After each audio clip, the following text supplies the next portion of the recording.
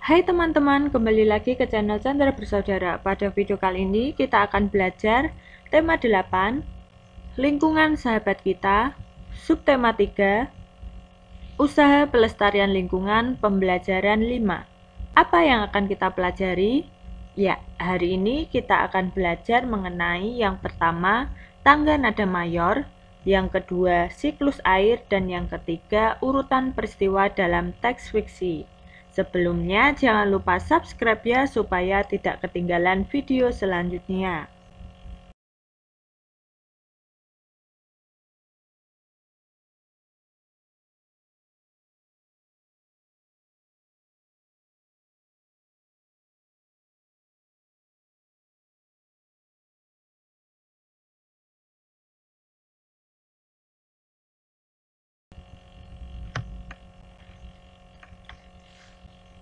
Nah, hari ini kita akan belajar mengetahui tingkat pemborosan air. Yang pertama, sediakan satu buah gelas ukuran kurang lebih 300 ml. Yang kedua, bukalah keran air sekecil mungkin sehingga air hanya menetes perlahan-lahan. Apabila tidak ada keran air di sekolahmu, dapat diganti dengan penampung air, misalnya ember atau kaleng bekas. Buatlah lubang kecil pada penampung air itu. Kemudian isilah dengan air hingga penuh. Usahakan lubang itu cukup kecil sehingga air hanya keluar dengan menetes. Yang ketiga, tampunglah tetesan air tersebut hingga gelas penuh. Gunakan air yang kamu tampung untuk mencuci piring atau menyiram tanaman. Yang keempat, catatlah waktu yang diperlukan oleh tetesan air untuk memenuhi gelas tersebut. Yang kelima, seandainya keran atau tandon air di rumahmu bocor sehingga air menetes seperti pada percobaan ini, berapa liter air yang terbuang sia-sia selama 1 hari atau 24 jam? Ya. Yang keenam, tulislah laporan dan kesimpulan kegiatan ini, kemudian kumpulkan kepada Bapak atau Ibu guru.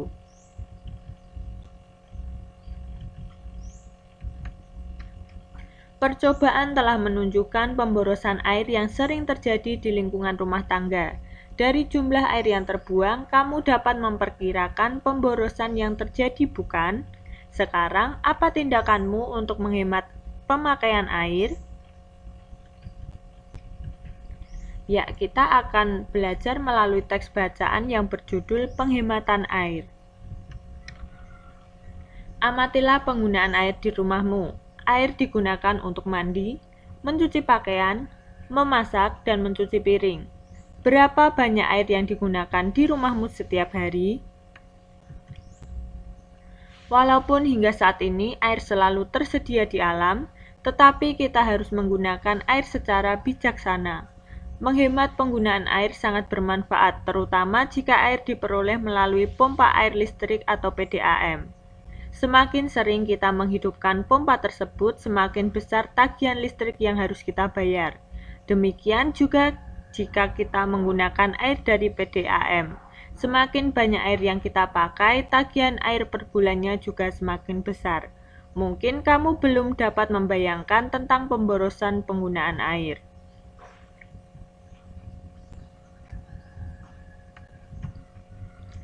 Yang pertama, diskusikan bersama teman-teman sekelompokmu mengenai tindakan-tindakan penghematan air yang dapat kalian lakukan. Periksa kondisi sambungan antara pipa air dan keran air pada setiap titik saluran air di dalam rumah. Jika ada kebocoran, segera ambil langkah-langkah untuk mengatasi seperti menambal. Simpan air bekas mencuci piring dan gunakan air bekas cucian untuk menyiram tanaman. Mandi dengan pancuran lebih irit daripada mandi di bathtub. Kemudian, gosok gigi dengan keran tertutup. Bila membiarkan keran terbuka sepanjang 1 menit saja, artinya membuang 1 botol galon air bersih dalam sehari. Selanjutnya, pakailah keran otomatis atau keran sekali sentuh.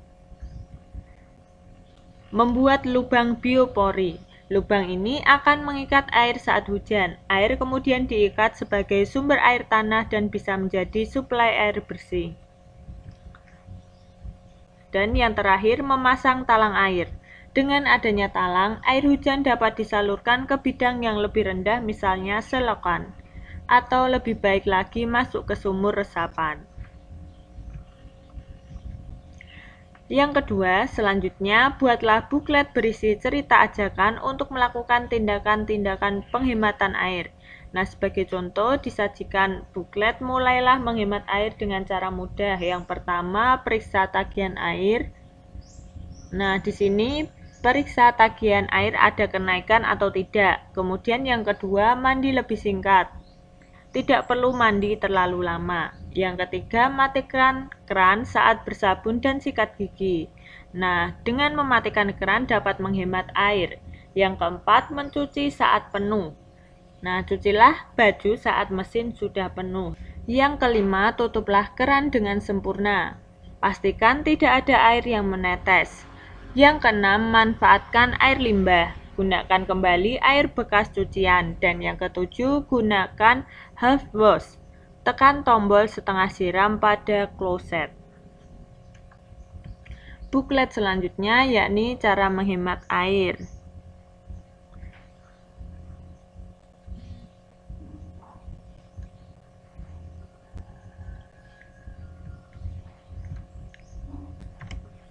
Yang ketiga, lengkapi cerita dengan gambar yang mendukung. Perhatikan langkah-langkah pembuatan gambar cerita. Setelah mengetahui banyak dampak yang ditimbulkan dari kebiasaan hidup kita yang boros dengan air, maka sekarang kita harus mulai merubah pola hidup kita menjadi peduli terhadap pemakaian air. Saya yakin jika seluruh orang di dunia mulai menerapkan cara hidup seperti yang telah dijelaskan di atas tadi, keselamatan serta ketersediaan air untuk masa depan masih tetap tersedia dan dapat digunakan oleh anak cucu kita di masa depan. Langkah-langkah membuat gambar cerita. Yang pertama, persiapan bahan dan alat. Sebelum menyiapkan bahan dan alat, sebaiknya kamu tentukan dahulu jenis teknik yang akan kamu gunakan. Teknik basah atau teknik kering. Setelah itu, persiapkan alat dan bahannya.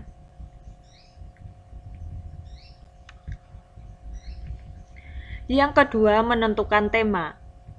Pemilihan tema akan menentukan gambar yang akan dibuat. Penentuan tema dapat dilakukan dengan melihat lingkungan sekitar atau pengalaman diri sendiri dan orang lain. Yang ketiga, pembuatan sketsa. Setelah menentukan tema, langkah selanjutnya yaitu membuat sketsa. Sketsa sebaiknya dibuat lebih dari satu agar kita dapat memilih yang terbaik. Nah, berikut ini adalah contoh pembuatan sketsa.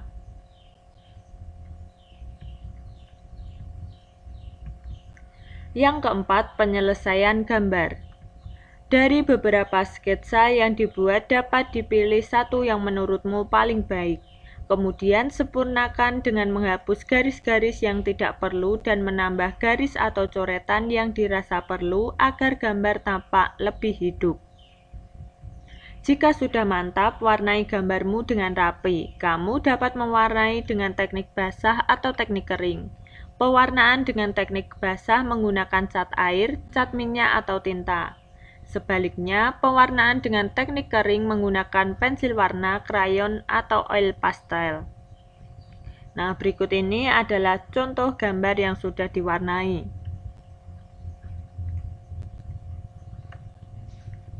Buatlah sketsa gambar cerita berdasarkan tema yang telah kamu tentukan pada pembelajaran 2. Ya, berikut ini adalah contoh sketsa dan gambar yang sudah diwarnai. Gambar di atas ini merupakan cerita tentang seorang anak yang tidak mau bekerja sama dengan temannya dalam menyelesaikan tugas mewarnai. Saat melihat teman-teman lain telah menyelesaikan tugas, si anak mau bekerja sama untuk segera menyelesaikan tugas. Demikian pembelajaran pada video kali ini, semoga bermanfaat ya, dan sampai jumpa di pembelajaran berikutnya. Bye-bye.